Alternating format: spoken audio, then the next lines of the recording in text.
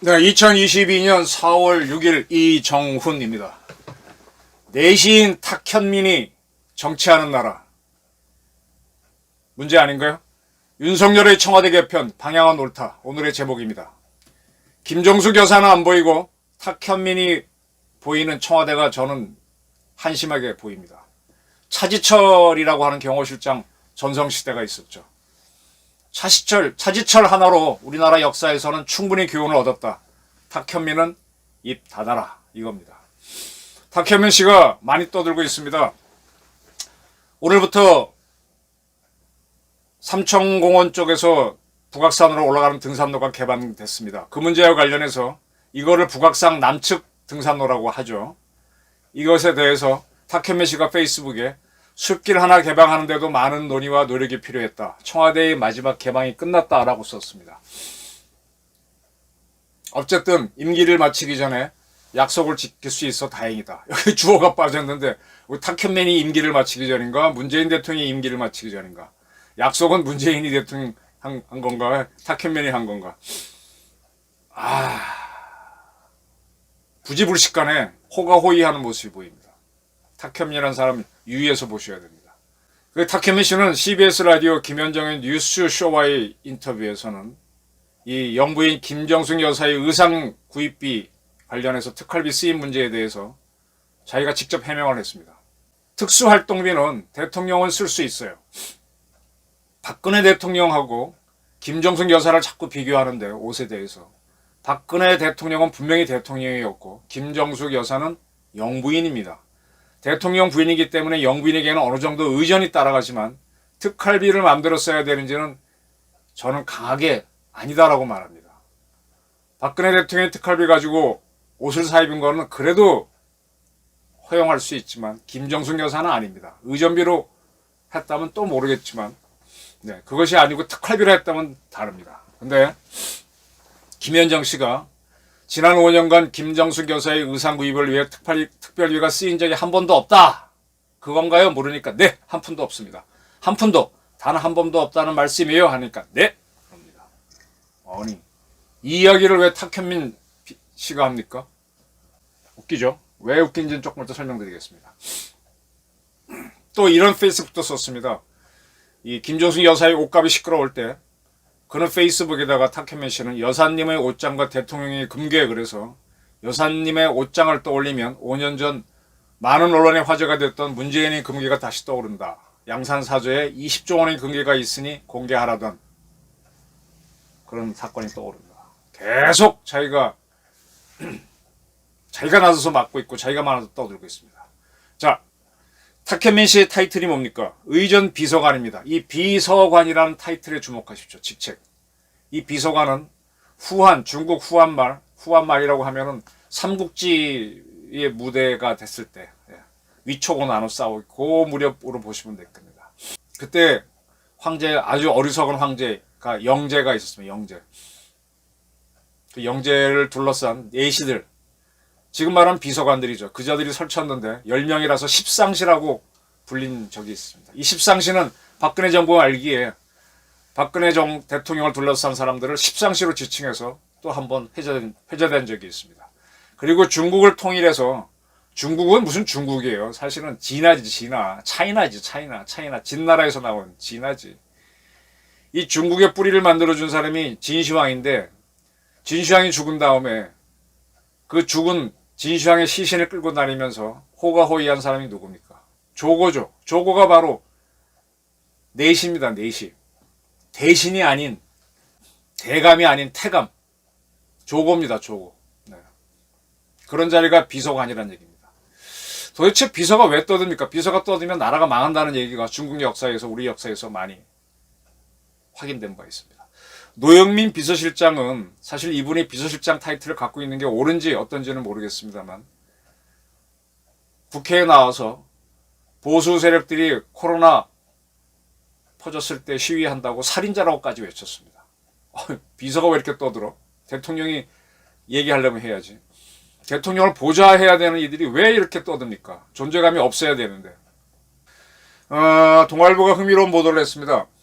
윤석열 대통령은, 현재 문재인 대통령은 청와대에 3명의 실장, 12명의 수석을 두고 있는데 이걸 확 줄이겠다라 그랬습니다. 동아일보의 단독 보도였습니다. 문재인 정부의 청와대 그림을 잠깐 보여드리겠습니다. 조직도입니다. 이게 이제 초기의 조직도라서 여기에 있는 이 실장들 이름은 다릅니다. 그러나 구조는 같죠. 대통령 밑에 3명의 실장, 비서실장, 정책실장, 안보실장이 있습니다. 그리고 그 밑에 12명의 수석이 있습니다. 8명은 수석으로 불리고 2명은 보좌관, 2명은 차장으로 불립니다. 비서실장 밑에는 정무수석, 국민소통수석, 민정수석, 시민사회수석, 인사수석이 있습니다. 하나, 둘, 셋, 넷, 5명의 수석이 있죠. 그 다음에 정책실장 밑에는 일자리 수석, 경제수석, 사회수석, 도합 8명의 수석이 있습니다. 그런데 이 정책실장에게는 경제수석이 있음에도 경제보좌관이 있고 경제과학기술보좌관, 그러니까 보좌관이 2명이 더 있는 거죠.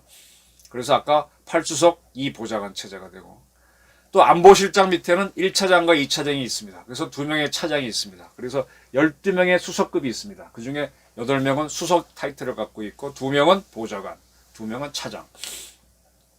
비서실장은 정무, 국민소통, 민정, 시민사회, 인사 5명의 수석만 있고, 정책실장은 일자리, 경제, 사회 3명의 수석과 더불어 경제보좌관, 과학기술보좌관 이렇게 해서 5명의 수석급이 있고요. 안보실장은 1차장과 2차장을 두고 있는 구조입니다. 거듭해서 말씀드리지만 대한민국 대통령제는 미국 대통령제에서 나온 겁니다.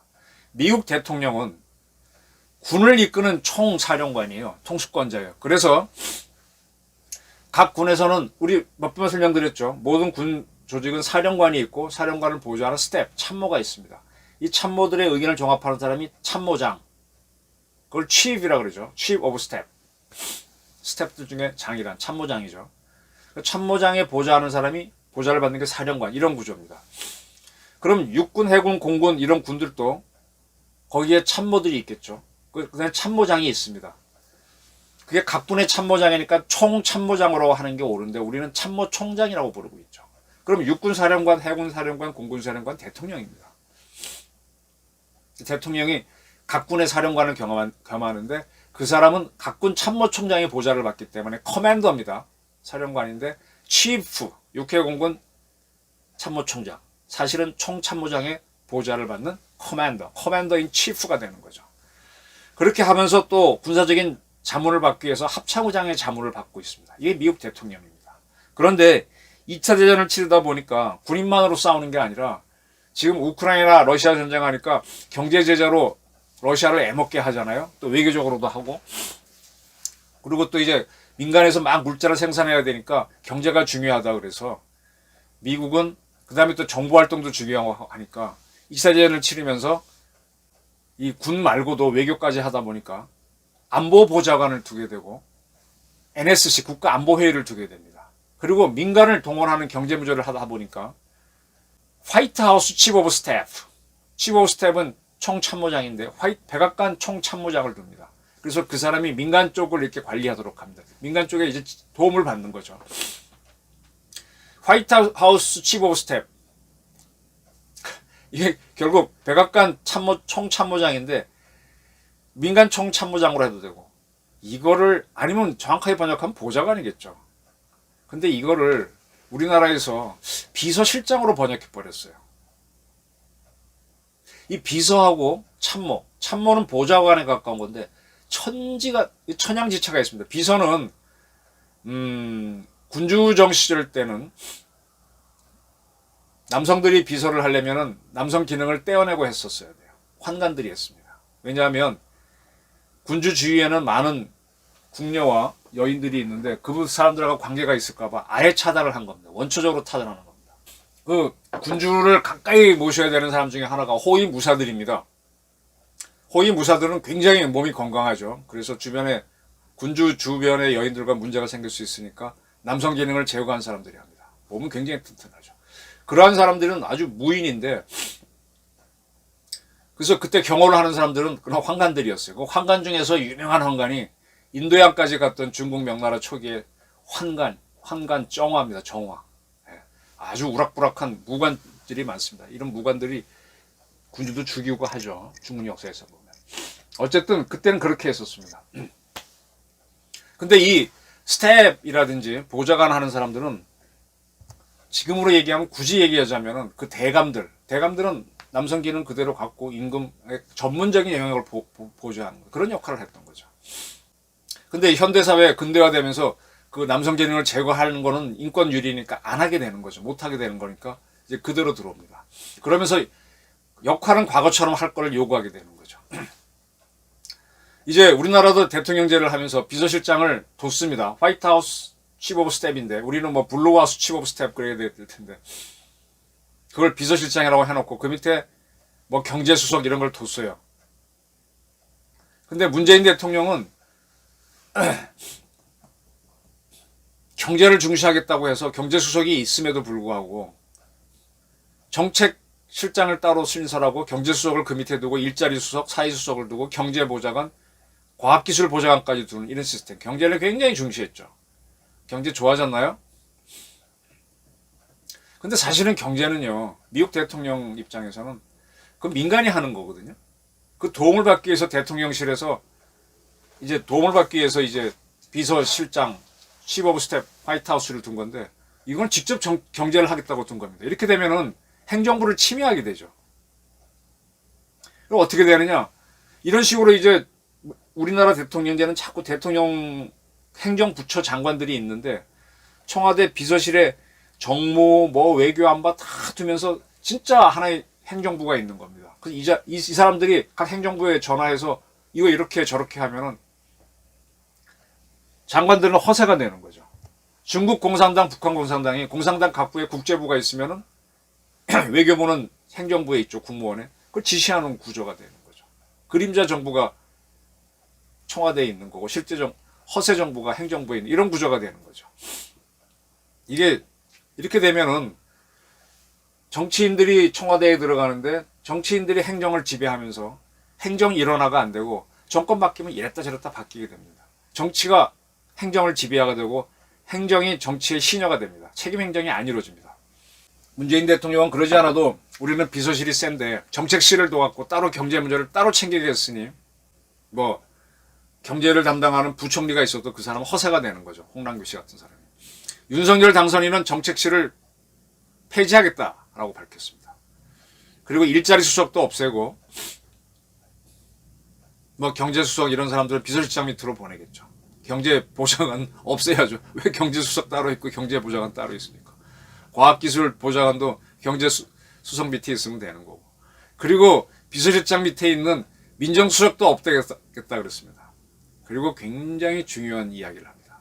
지금 우리가 수석 하는 사람들의 정식 명칭은 수석 비서관입니다. 비서실장이 있다 보니까 그 수석 비서관을 보좌관으로 바꾸겠다. 이거는 스텝, 참모로 바꾸겠다는 얘기죠. 네, 참모가 돼야죠. 참모가 돼야죠. 그래 전문적인 영역이 있는 거죠. 그리고 이제 경제 문제, 일자리가 특히 중요한데 그거는 일자리는 정부에서 하게 되면 자꾸 공무원 들이게 되니까 이게 됩니까? 나라 꼴이 말이 안 되고 민간 기업에서 해야 되죠. 민간 기업이 하려면 민간 기업 협조를 받아야 되니까 민간 합동위원회를 만들겠다. 네. 미국 대통령실에 가보면 되게 이런 위원회식으로 해서 민간 협조를 구합니다.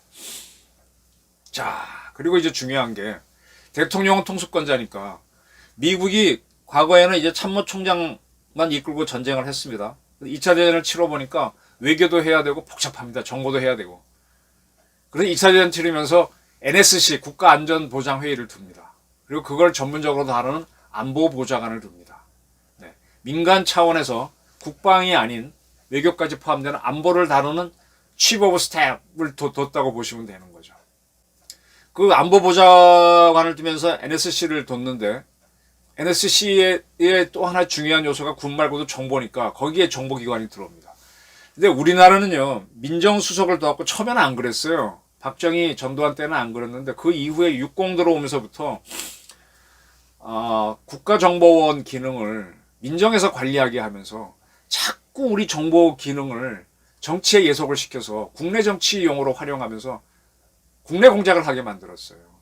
대북 공작을 하게 만들어야 되는데 이게 민정이 국정원을 지배한 게 큰 문제입니다. 또 이 민정이 경찰을 지배하고 검찰을 통제합니다. 그래서 국내를 확 휘어잡으려고 하는 거죠. 정무수석으로 정치를 잡고 민정수석으로 국내를 잡아버린 겁니다. 이게 큰 문제입니다. 이러한 민정수석을 윤 당선인이 없애겠다 그랬습니다. 그러면 정치가 흔들릴 수가 있습니다. 일시적으로. 그러나 미국 대통령제를 보게 되면은 정보는 우리 안보 정보를 하는 거니까 그 정보 책임자를 NSC에 들어오게 합니다. 우리 현재 국정원장 NSC에 들어오게 돼 있습니다. 그 다음에 미국은 국내 치안도 전쟁이나 위기가 나오면 중요하죠. 그래서 국내 치안을 담당하는 국토안보부하고 법무부 장관이 NSC에 들어옵니다. 우리는 국토안보부가 행정안전부인데 행정안전부 장관하고 법무부 장관이 NSC에 들어옵니다. 그걸 통해서 민정수석 필요 없습니다. NSC로 하면 됩니다. 하나 이제 조금 부족한 거는 해양경찰청이 해양수산부에 있는데 굉장히 중요한 안보 치안기관이잖아. 해양경찰청은 안전행정부로 옮기고 지금 산불이 나서 우리가 한 수십 년 동안 키워온 재산 몇백 조가 날아가는데 이건 못 막고 있잖아요. 산림청이 막는다고 막는데 산림청은 소방 헬기도 적고 실제로 소방청이 다 해야 되니까 그리고 산림청이 불 끄고 뭐 이런 거 하려면은 지방자치단체의 도움을 받아야 되니까 저는 산림청도 농림식품축산부가 두지 말고 안전행정부로 옮기자. 이렇게 해서 산불이 나면은 군, 경, 소방 뭐 이게 다 출동해서 해경까지 출동해서 불을 끄도록 이렇게 하자. 이렇게 해서 그렇게 조직 개편만 하게 되면은 민정수석 필요 없죠. 그리고 이제 수석 비서관을 그냥 보좌관으로 이름을 바꾸겠다 그랬습니다. 이건 참 잘한 걸로 보입니다. 사실 지금 제대로 하고 있는 게 국회의원들인데 국회의원들은요. 국회의원 딱 되면 자기 밑에 가장 가까운 사람은 보좌관이라고 합니다. 비서실장이라고 안 그래요. 보좌관 밑에 비서관이 있고 그 밑에 비서가 있습니다. 근데 우리는 대통령이 제일 높은데 그 밑에 있는 사람을 보좌관이라고 그래야 되는데 비서실장이라 그래버렸어요. 여기서부터 꼬인 거예요. 그러니까 줄줄이 다 비서가 되는데 사실은 이 사람들이 보좌 기능이죠. 그 보좌 기능하는 사람하고 비서 기능하고 섞여버린 겁니다. 의전 같은 경우는 보좌가 아니라 비서입니다. 전형적인. 그 의전 비서관인 탁현민 씨가 지금 주저리 정치를 하고 말을 하고 있는 거예요. 내쉬는 입이 없어야 되는데. 영어에도 비서는 세크러터리입니다. 이게 헷갈리게 된 게 공산국가에서 이 세크러터리들이 실세입니다. 거기는. 비서장, 서기장 이런 사람들이. 북한에서는 총석이라고 그러고 중국은 뭐 총비서, 총석이라고 그러고 뭐 그러지 않습니까? 일본에서는 비서실장, 서기장 이렇게 번역하고 중국은 총석이 우리나라에서는 총비서 그럽니다. 공산국가들이 자꾸 이 비서를 세크러터리를 갖고 최고로 만들다 보니까 세크러터리는 사실은 입이 없고 왜 여러분 저 높으신 분들 사무실에 가면 비서가 차도 갖다 주고 뭐 문서도 전해주고 그런 겁니다. 운전도 해주고 그렇게 도와주는 사람이에요. 참모는 내 각 그 책임진 사람들이 와서 나랑 참모해야 하는 어시스턴트고 스텝이고 다른 거죠. 전형적인 비서가 1부속, 2영부인 모신다고 하는 2부속 이런 겁니다. 의전도 그렇고. 그리고 또 하나 중요한 게 아까 말한 대로 군주정 시대 때는 군주를 모시는 경호원들, 호위무사들은 남성 기능을 떼어내고 했습니다. 현대는 그게 할 수가 없죠. 현대는 그걸 경호실이 합니다. 근데 경호실에 있는 사람들이 정치를 한다고 나서면 어떻게 됩니까? 그게 나섰던 게 누구예요? 그게 차지철이잖아요. 그 차지철을 누가 죽입니까? 김재규가 죽이잖아요. 얼마나 미웠으면 호가호위하니까. 이 내시들이 설치게 되면은 꼼짝 못합니다. 군주의 근데 대통령 곁에 있다는 이유로 탁현민 씨가 정치를 하게 되면 이건 나라 안 됩니다. 이미 차지철의 경험을 우린 충분히 겪었습니다. 결국 그것 때문에 박 대통령까지 돌아가시게 되는데 탁현민 씨 자꾸 떠들어요. 뭐 어떻고 청와대 뒷산 개방하는 것까지 자기가 떠들어요. 지가 대통령이에요. 어쨌든 저는 윤석열 당선인이 이번에 개편한다는 방향이 옳다고 봅니다. 비서가 정치를 하게 되면 후한말 영제처럼 십상시 진시황 죽고 난 다음에 조고가 설치는 그런 나라가 될 수가 있습니다. 그리고 영부인하고 여성 대통령을 헷갈리면 안 됩니다. 그리고 앞으로는 이 영부인 문제가 나오던 뭐가 나오던 대통령이 직접 나서서 본인이 얘기하고 본인이 책임을 져야 돼요. 그걸 본인이 부담스러우니까 비서들이 얘기하고 자기가 의지하는 그 친구가 하는 거에 떠넘기면요. 이건 책임 정치가 안 됩니다. 비서가 틀렸어도 대통령이 책임져야 됩니다. 대한민국은요. 차지철 실패하느라 촉합니다. 제가 요구하는 건 탁현민 비서관 입 닫아 이겁니다. 윤석열 씨, 윤석열 당선인 이번에 청와대 개편하는 거 좀 더 책임 정치 쪽으로 행정은 다 넘기고 그리고 검찰과 경찰 민정수석 안 두겠다 그랬으니까 그들은 사법적으로 중립으로 가도록 독재적으로 가게 해주고 안보 문제가 생겼을 때 NSC 차원에서만 딱 협조를 받아라. 그리고 군 통수권 확실하게 해라. 이런 방향으로 가기를 저는 악망하는 바입니다. 경청해 주셔서 감사합니다.